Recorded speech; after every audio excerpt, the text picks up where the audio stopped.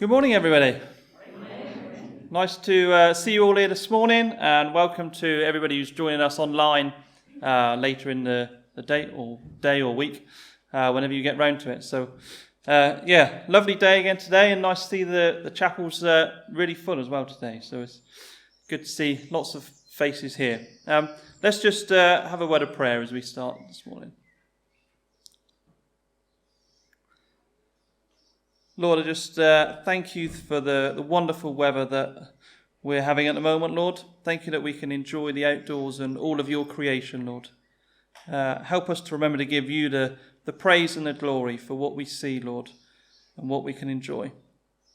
I just pray that as we come this morning, Lord, we can enjoy fellowship together, albeit a socially distanced fellowship, Lord. But please help us to enjoy the time we can share together, Lord. Amen. And a special welcome to Mark, who's joining us this morning. He's the youth worker in Copplestone. So some of the kids will have known him from all our Zoom sessions on youth clubs and that. But so thanks, Mark, for coming, and look forward to what you're going to bring later. Well, we're going to start by being led in a song, which is Boldly I Approach the Throne. And thank you to a couple of singers that we've got this morning who are helping us. So over to you guys. Thank you.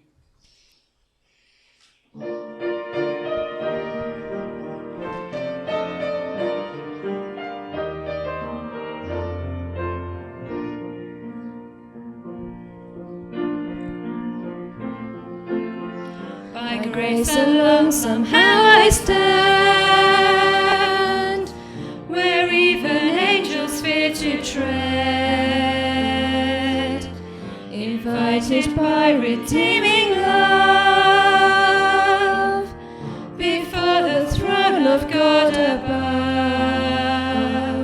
He pulls me close with nail-scarred hands into his everlasting arms.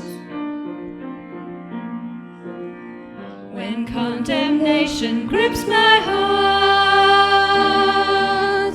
and Satan tempts me to despair, I hear the voice that scatters fear. The great I am, the Lord is here. Oh, praise the one who fights for me and shields my soul eternally.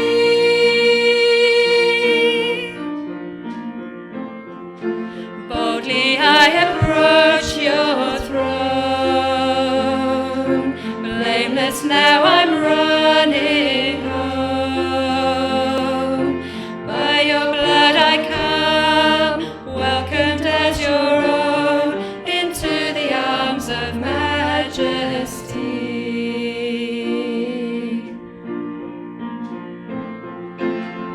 Behold the bright and risen sun, more beauty than this world has known. I'm face to face with love himself, his perfect spotless righteousness. 1,000 years, 1,000 tongues are not enough to sing his praise.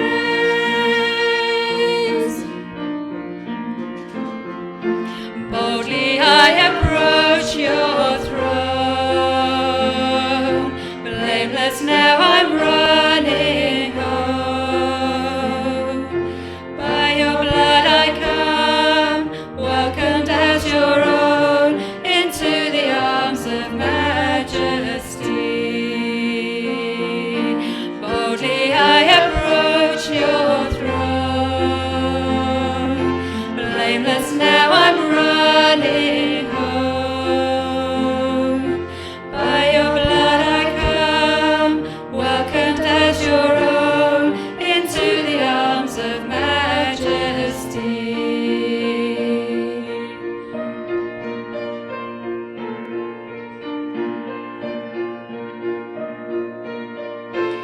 This is the art of celebration, knowing we're free from condemnation.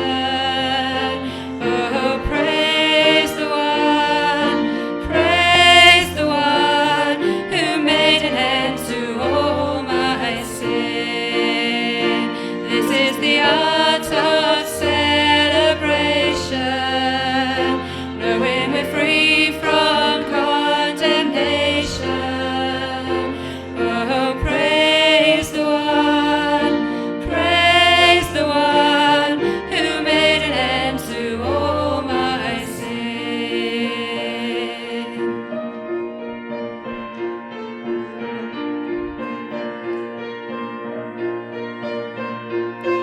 Boldly I approach your throne, blameless now I'm running home.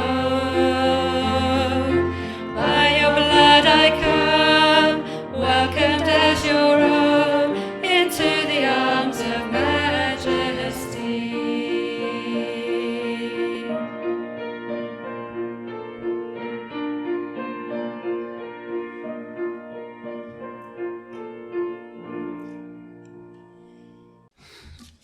Okay. Thank you to those who are, I say willingly singing this morning. I don't know if they were all willing, but they've agreed to it. Thank you very much. And if anyone else feels that they would like to help to sing or to lead worship on any services, then please probably I can speak to Claire or anybody else, to be fair, and that would be great. It's also good to see the kids or the youngsters in this morning. So for those who might not know, the youngsters have been going across to the village hall for sort of junior church on the first, third and fourth Sundays. So the second Sunday today they're back in here, so it's nice to see some young faces, and we've got sort of our family service, which I'll hand over to Mark now, who's going to come and do a quiz, I believe. All right, morning. Good to see you all. It's a beautiful sunny day, but being a northerner, being grown up in Greater Manchester, whenever it gets like this, I'm always like, oh, it's getting too warm. Don't like it. It gets a bit stuffy, so just bear with me this morning. But I've got a bit of a quiz this morning. Does anybody know, actually, on Friday there was a big sporting event that's just started. Does anyone know what it is? Yeah, the Euros, the European Championships. So what I thought I'd do this morning, I've got a quick quiz for us with a bit of a European feel. But I'm hoping that through the quiz it's going to introduce a little bit about what we're going to talk about later. So, right, let's try and use this thing. Okay. Ooh. Hey, there we go. All right, so first question. Does anyone know which country's flag this one is? Croatia. Final answer? There you go, it is. Okay. I want to know what the capital city of Norway is. No? Yeah, there is a Norway flag, yeah. Anybody got any ideas? Oslo. That's right. Well done. Okay, next one. What is a famous mountain range in Europe? It begins with an A. Any ideas? Yeah. Alps? The Alps. That's right. Okay. Okay. Anybody know what this famous Italian landmark is called? There's a few. Colosseum. I can see a lot of faces going, I know what that's called, I just can't remember. Yeah, it's the Colosseum. And the last one. What European country sounds like a person that needs food? Hungary, that's right. Okay, now I'm just wondering, so we've got we've done 5 questions, we've got 5 answers. I'm going to put the answers up there. If we look closely at those answers, does anybody notice anything? Maybe if you look from top to bottom, can anybody see anything that's on there? It spells coach. Ah, it does. Okay. So I was thinking that obviously on Friday the European Championship started in football, but we're actually starting out on a summer of sport because it's not too long before things like the Tour de France starts. We've got Wimbledon, that sort of 2 weeks where the tennis courts fill up in all the local parks and then they go empty again after it's finished. We've got the Olympics happening as well in August and the Paralympics as well. So we've got loads and loads of sport to look forward to. So this morning we're going to be thinking about the coach, because pretty much every sport we'd have players, but we also have a coach as well. So that's what we'll be thinking about in a little while.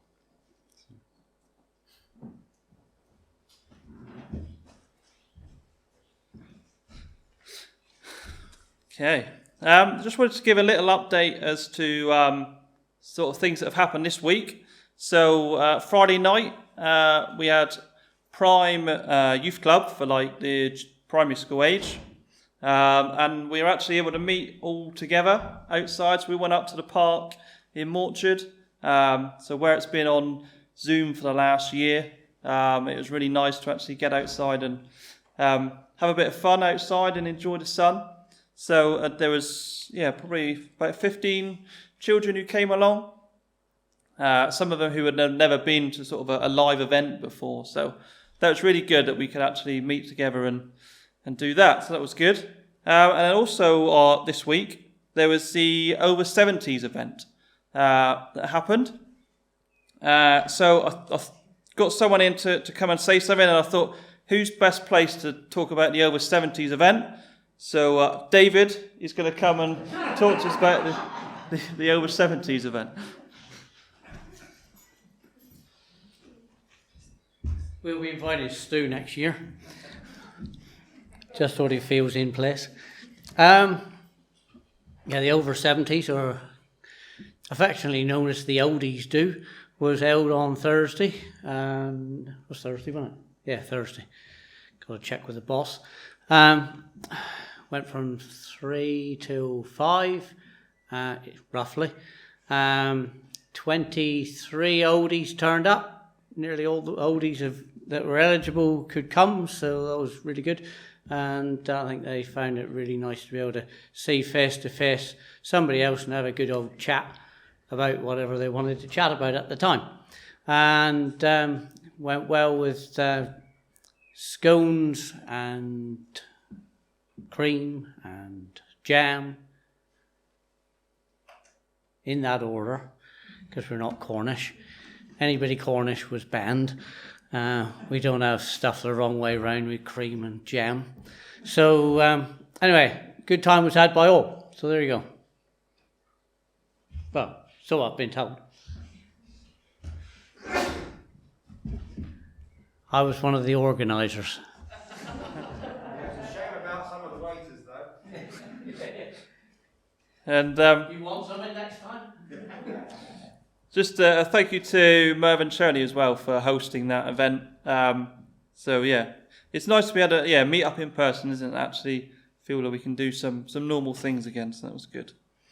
We're going to have another song again now, which is What a Friend We Have in Jesus.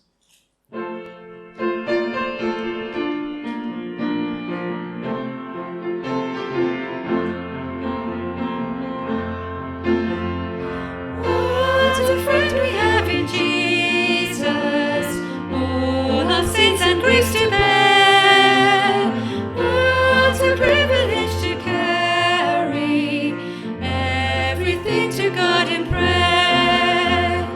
Oh, what peace we often forfeit. Oh, what needless pain we bear. Oh, because we do not carry everything to God in prayer.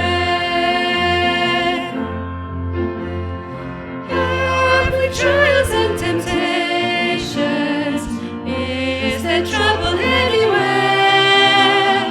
We should never be discouraged. Take it to the Lord in prayer. Can we find a friend so faithful, who will all our sorrows share? Jesus knows our every weakness. To the Lord in prayer. Oh, we weak and heavy laden, covered with a load of care. Precious Savior, still our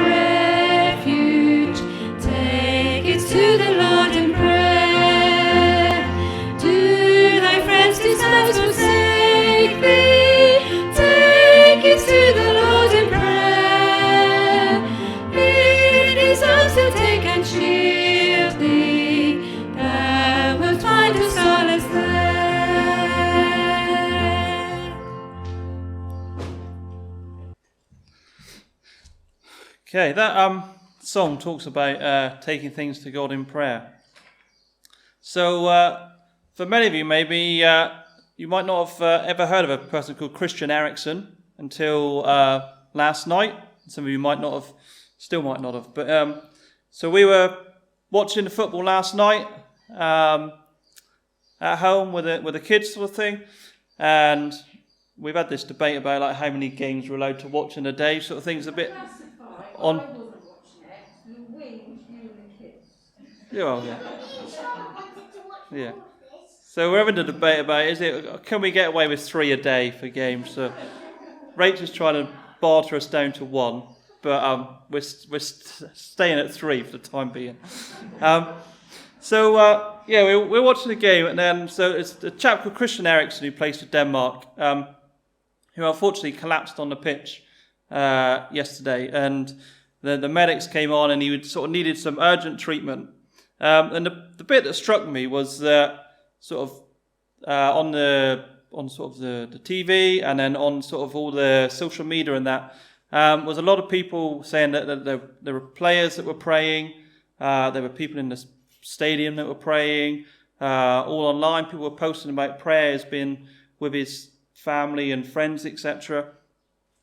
And it occurred to me that it's really important, is it, that we do take God or things to God in prayer, but not only sort of during the bad times. So obviously it wasn't a very good time last night for him and all those people involved, and thankfully he's in hospital, and last we heard he was in a stable condition. But it's important that we take things to God in prayer every day, but we need to give God thanks for the good things as well as the times when we're struggling in life, maybe.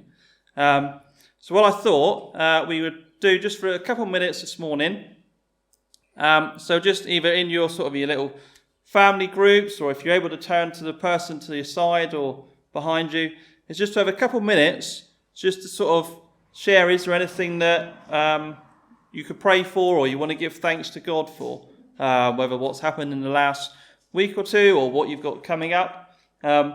So we'll just have a couple of minutes of sort of sat where you are, just turning to whoever's closest to you, just to sort of share something that you could pray about or be thankful for. Off you go.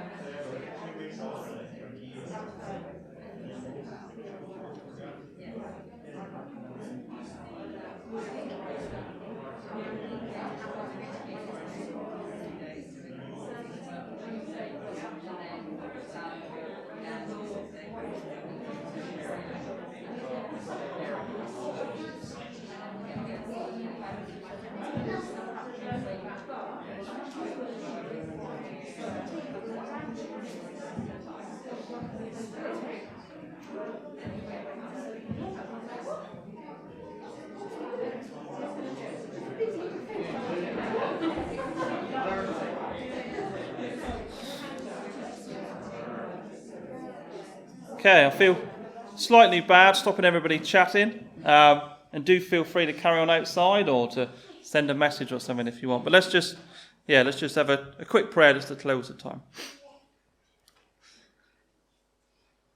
Lord, we just thank you that you're in control of our lives, Lord, and we just offer ourselves to you. Thank you for friends and for family and for our church family that we've got, Lord, that we can meet together, we can chat over Zoom or telephones, etc., to encourage each other, to support each other. We just pray that, Lord, that we remember to give you the glory for all that's good in our lives, for everything that's past and for all that's to come, Lord. And we just thank you that you're there to support us in the good times and the low times, Lord. Thank you that you want to be part of our lives, Lord, and help us to put you at the centre of all that we do. Amen.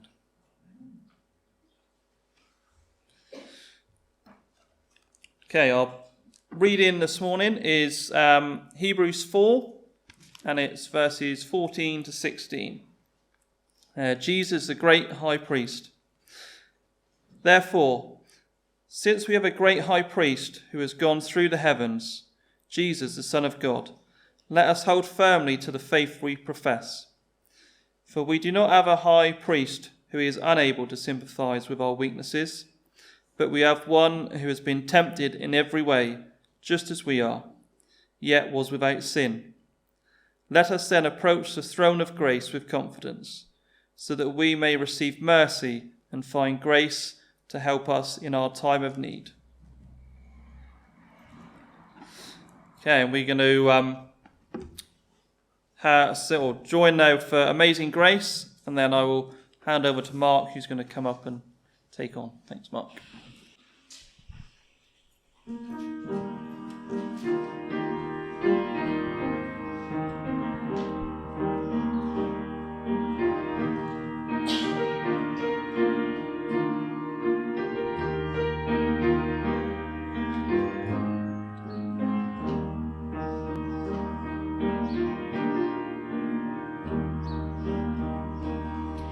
Amazing grace, how sweet the sound that saved a wretch like me. I once was lost, but now am found, was blind, but now I see. 'Twas grace that taught my heart to fear, and grace my fears relieved. How precious did that grace appear the hour I first believed. My chains are gone, I've been set free. My God, my Saviour has ransomed me.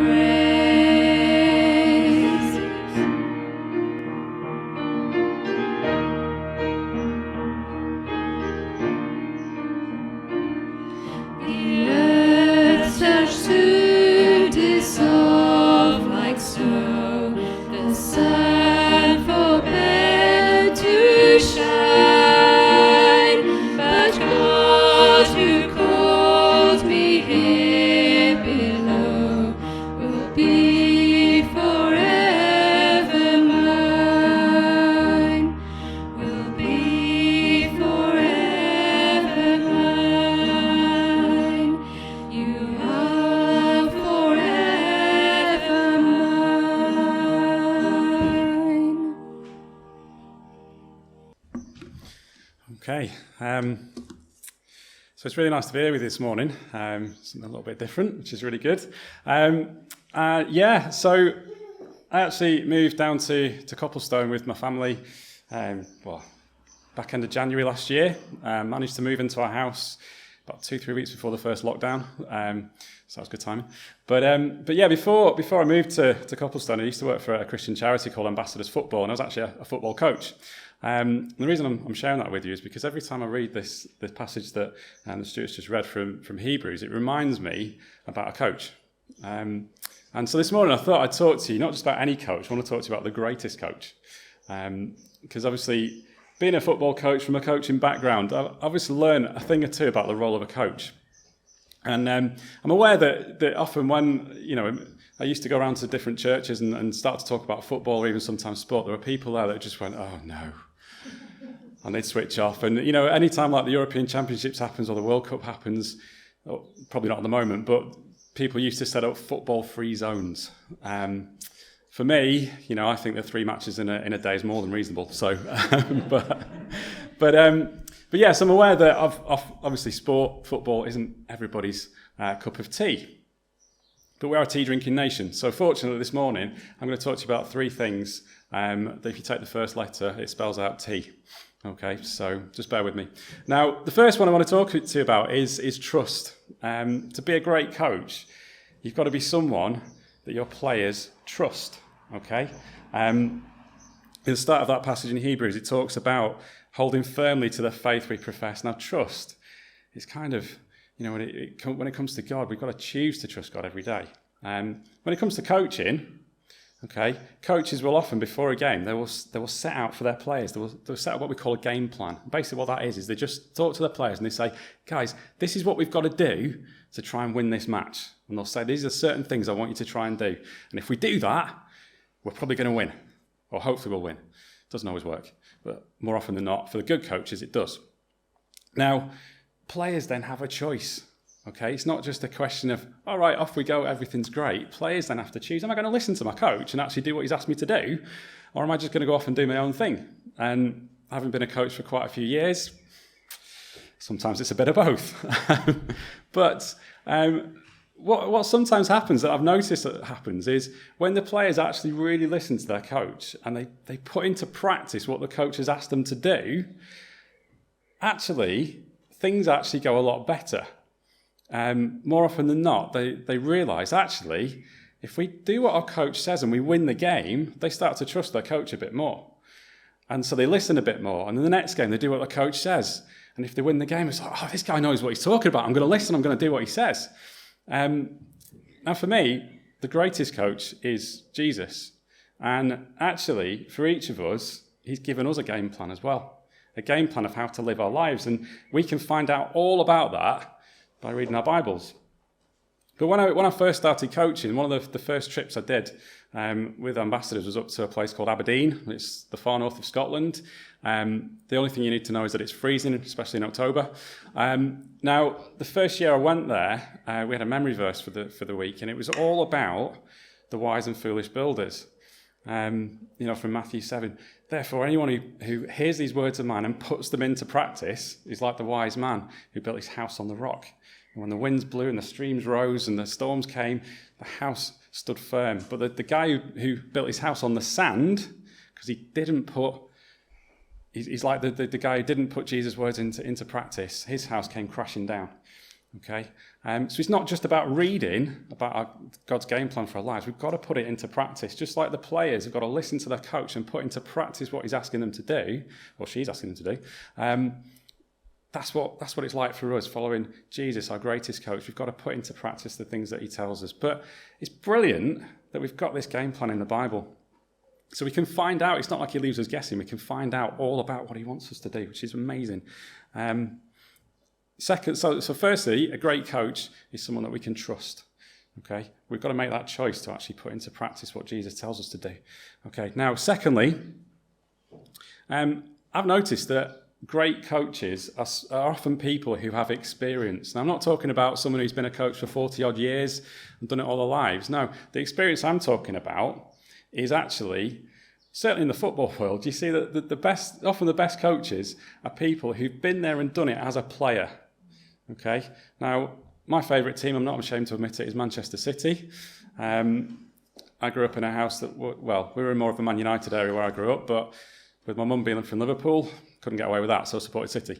Now, our manager, Pep Guardiola, one of the best managers in the world, best coaches in the world, he's been there and done it as a player at the very highest level. He played for Barcelona most of his career, he's played for Spain, he's won all sorts of things. But the reason that's important, I think, is because when the players come up against a tough time, even when they're having a great time, a great coach is able to understand exactly what the players are feeling, exactly what they're going through. If they have a really bad game, it's like, I've been there, I know what you're going through. They can put their arm around them and help them through.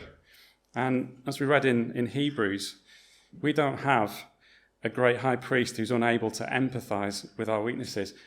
That's a big word, that empathise, isn't it? Okay, we don't have our greatest coach is able to understand exactly what we go through. Why? Because he's been there and done it. Okay, Jesus came into the world, didn't he? He was fully God, yet fully man. He lived his life. And yet the key thing that he says here, he was tempted in every way, just as we are, yet he didn't sin, he didn't get it wrong.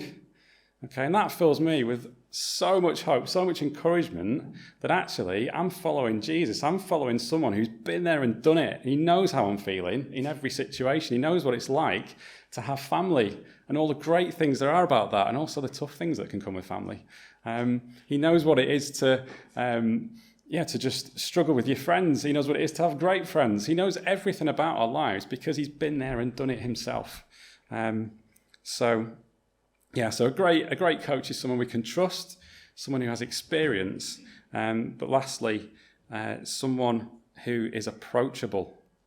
Someone that we can actually go to. Now, I tried to work really hard when I was a coach about being approachable, and with all the young people I was working with, just taking time to sit down with them over lunch and just chat with them and find out all about them. Why? Because I wanted the young people that I work with to know that they could come to me and talk about anything.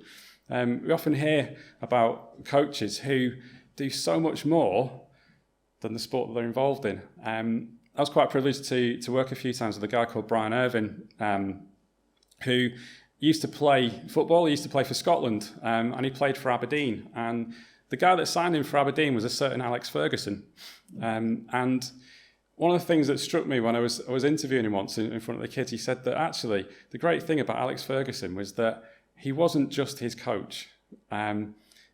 Actually, he knew, even after Ferguson moved on, even after he'd stopped playing, after Brian had stopped playing, he knew that he could phone Alex Ferguson up about anything, and he'd quite happily take the call and give him advice. That, for me, is an amazing coach, because he's approachable. He's not just, some guy who's sort of stood on the sidelines shouting instructions and then disappears off down the tunnel. No, he's there for his players all the time. And we can, and it's amazing. I love how it talks in Hebrews about how we can approach God's throne with confidence. Because I often think, well, yeah, here I am. As hard as I try, I make mistakes every single day. I've made 1 million mistakes in my life so far. I'm going to make 1 million more. And actually, when we make mistakes, it's really important that we know that we can still approach God's throne with confidence. Now, quick story. I was doing a coaching course one time at the Lancashire FA, and I went for what's called a support day. So I'd done the main part of the course, and a couple of months later I went back just to sort of check in and see how everything was going. And the guy who was leading the course, he did this kind of like masterclass with us, and at that time we had to try and coach in a 6v6 game, which is quite tricky to do. But he was teaching us how to do it. So he was the coach and we were playing, and I was one of the two defenders. And when the ball came to me, he wanted me to play a pass right across the field to the other side. And the first time the ball came to me, I went for it. I tried to kick the ball to the other side of the pitch, made an absolute mess of it. It just went horribly wrong. And so there I am thinking, well, that's all right. He'll probably just ask me to do it again. No, he stepped onto the pitch and he said, right, the problem here is the quality of your fullback. Get him off the pitch. And I was like, seriously? And what that did for my confidence is it just went through the floor. Even as a grown adult, I was just like, crikey, I've just been humiliated in front of all my fellow coaches. And I made a choice that day. I said to myself, that is not how I want to coach any kind of sport. I don't want to show anybody up. I just want to encourage, I want to get alongside, I want them to be able to approach me and just know that I've got their back and that I'm there for them to help them in all sorts of ways, including the sport. Confidence. We can approach God's throne with confidence. I said just a minute ago, I've made a million mistakes in my life. Try as I might, I'm not perfect. I try to do things right, but I get them wrong. But do you know what? It's not like that coaching course where God steps in and says, do you know what? It's the quality of your youth worker. Get him gone. No, he says, you know what? Come to me. Come to me. It's okay. Because of Jesus, because Jesus was without sin, because he made that ultimate sacrifice for you and for me, we can still come to him with absolute confidence, which is just absolutely amazing. I don't deserve it, but that's the truth. I can come to him with confidence. Okay, so for me, as I said before, the greatest coach is Jesus. Why? Because he's someone I can trust. He's got that amazing game plan for my life, and as I put it into practice, I learn to trust him even more. He's got the experience. He's been there and done it as a person himself. He knows all about life, its highs and lows, and everything that comes with it. He understands exactly everything that we go through, and he's approachable. We can come to him with absolute confidence, knowing that he won't turn us away, knowing that he won't say, no, you're not good enough, because the truth is we're not good enough, but that's what grace is, isn't it? We know that we can come to him, and he will, throw his loving arms around us. So that for me is the greatest coach. So, as I said before, we're a tea drinking nation, so if sport's not your thing, just remember, I'm pretty confident that everybody's going to come across a cup of tea today or in the next few days. So just next time you see a cup of tea, just remember, trust, experience, and approachable, because Jesus is our greatest coach. So we're going to sing again. I'm going to sing Cornerstone, and then I'll come close and pray.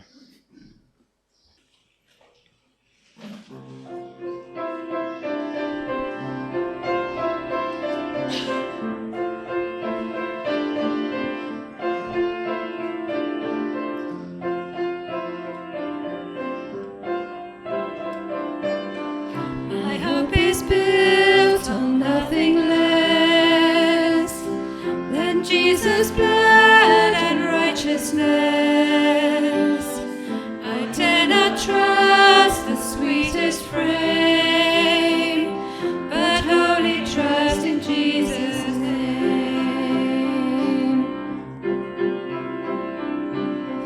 My hope is built on nothing less than Jesus' blood and righteousness. I dare not trust the sweetest frame, but wholly trust in Jesus' name. Christ alone, cornerstone, weak made strong in the Savior's love. Through the storm, He is Lord, Lord of all.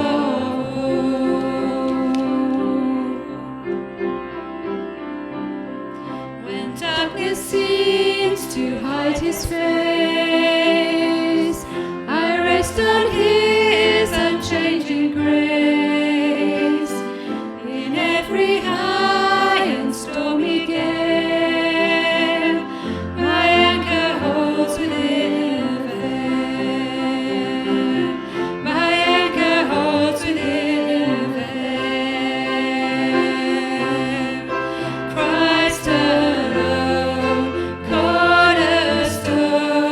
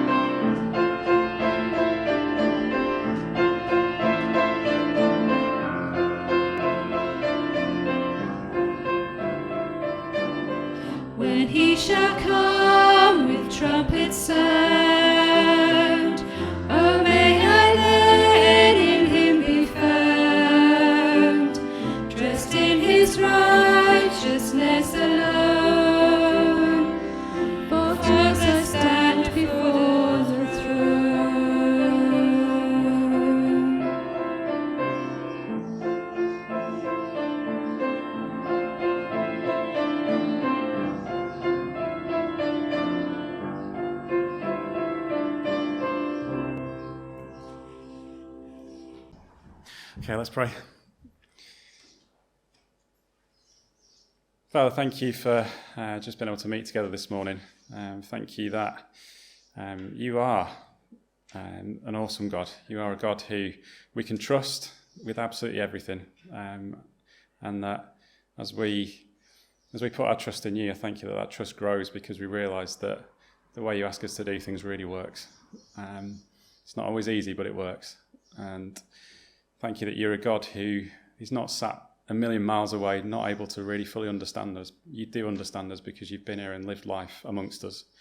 And thank you that we can approach you with absolute confidence. So help us to remember that this week, God, and just bless our weeks this week, and help us to just trust you in everything that we do. In Jesus' name, amen.